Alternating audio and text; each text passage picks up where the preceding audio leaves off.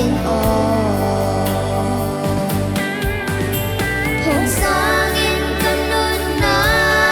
tu pa o namin tu pi na din hong sang in kahina bang bang in nang in hong bong in la na day na mun pewa hong sang in o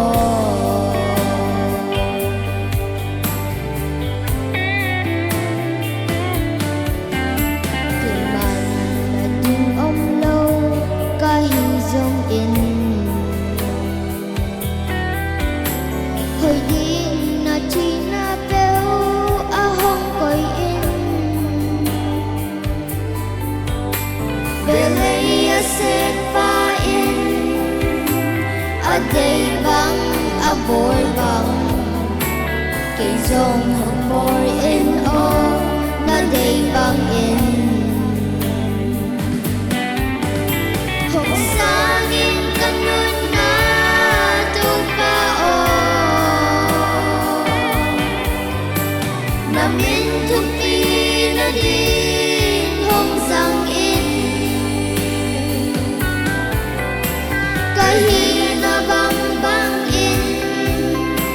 nang in hong bong in la na day na mun pewa hong sang in o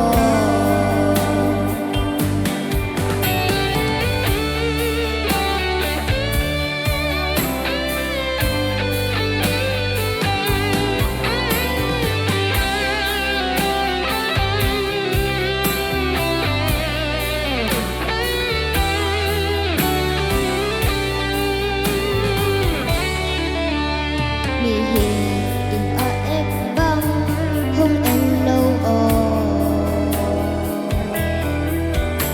mi hi in a tel bang hong tel lo o nang in na ha lo te nang on na te zo a ka ha lo ke ma zong hong sang in o